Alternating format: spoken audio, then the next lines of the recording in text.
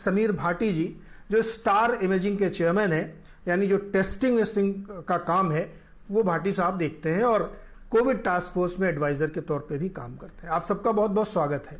भाटी साहब, क्या testing wasting कम कर दी गई? क्या आप लोगों के यहाँ लैब में कम लोग टेस्ट करा रहे हैं? नंबर ऑफ पेशेंट्स अभी कम हो गए हैं, टेस्ट कराने के लिए भी, कराने आने वाले भी नंबर ऑफ टेस्ट कम हुए हैं, पॉजिटिविटी रेट भी कम हुई है। अगर आप इस तरह से पूछे तो अभी पिछले एक हफ्ते के अंदर थोड़ा इसमें एक चैलेंज ये भी आता है, कई बार वो टेस्ट कराने के लिए अगर उनको बताना पड़ता है कि हम टेस्ट कराने के लिए जा रहे हैं, क्योंकि कई बार बहुत सारे लोग ऐसे होते हैं जिनके पास कोई प्रिस्क्रिप्शन नहीं है, तो बिना प्रिस्क्रिप्शन के अगर वो टेस्ट कराने जाएंगे तो उनको बताना पड़ता है कि हम इस रीजन से टेस्ट कराने जा रहे हैं। तो ये भी एक कारण है कि वो पहुंच ही नहीं पा रहे हैं, जो टेस्टिंग साइट्स वगैरह है वहां पर नहीं पहुंच पा रहे हैं। तो ये भी एक कारण है।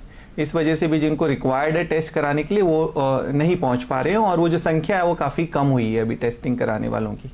सरकार भी फोर्स नहीं कर रही कि टेस्टिंग करें या मास टेस्टिंग जैसा कोई ड्राइव चलाए? प्रधानमंत्री ने एक बार नहीं, पता नहीं कितनी बार उन्होंने कहा है कि टेस्टिंग को बढ़ावा देना चाहिए। सारे मुख्यमंत्री के जो से मीटिंग की थी, that time also he had spoken about it. यानी जहां जहां लॉकडाउन है वहां थोड़े नंबर कम हुए हैं, लेकिन हकीकत इससे बिल्कुल जुदा है, जिसकी तस्दीक समीर भाटी साहब कर रहे हैं कि टेस्टिंग नहीं हो रही है, इसलिए ये नंबरों का जाल हमको दिख रहा है। जो टेस्टिंग की बात कर रहे हैं, टेस्टिंग करा तो लिया, तीसरे दिन उसको खराश लगी, चौथे दिन बुखार आना शुरू हुआ, 7 दिन 8 दिन 9 दिन बाद टेस्ट होके आया, तब तक तो वो ठीक है। वो कह रहा भाई अब हम क्या करेंगे टेस्टिंग का, तो उसने दूसरे को सलाह दी अगर ये सिम्टम है तो आप कोशिश कीजिए कि न जाएं, टेस्टिंग कराने मत जाइए। अब तो डॉक्टर कह रहे हैं कि आप टेस्टिंग की लाइन में खड़े होकर अगर करा रहे हैं तो और ज्यादा खतरा है कि आपको संक्रमण हो जाएगा। तो अगर इस लॉकडाउन का हम फायदा नहीं उठा पा रहे वैक्सीनेशन से, तो फिर इसका कोई फायदा नहीं है। हमने आपको भी गिनाया, इतने पॉजिटिविटी रेट है। जफर इस्लाम, क्या तैयारी है वैक्सीन की? हर स्टडी का यही कहना है कि जो सबसे बड़ा फैक्टर कोई भी इस ट्रांसमिशन में है वो कांटेक्ट है, और अगर हम लॉकडाउन लगाते हैं, अगर हम उस कांटेक्ट को कम करते हैं तो हम चेन को तोड़ते हैं और ऐसे में संक्रमण की संभावनाएं कम हो जाती हैं। कि हमें लॉकडाउन समय से अगर लगाएंगे तो फायदा करेगा, इसकी बजाय कि हम वेट करें, संक्रमण को इतना ज्यादा फैलने दें कि वो हर घर में 6-6, 7-7 लोगों को इन्फेक्ट कर दे, और तब हम कहें कि अब हम लॉकडाउन लगा रहे हैं और अब हम इसको संक्रमण को रोक लेंगे। जो आज के प्रोग्राम का मेन सवाल है कि लॉकडाउन का क्या सही से इस्तेमाल हो रहा है कि नहीं। पहली बात देखिए, पहली बात तो ये है कि लॉकडाउन जैसा इस बार अभी लग नहीं रहा है, क्योंकि हम तो शुरुआती दिनों से सब चीजें देखते आ रहे हैं।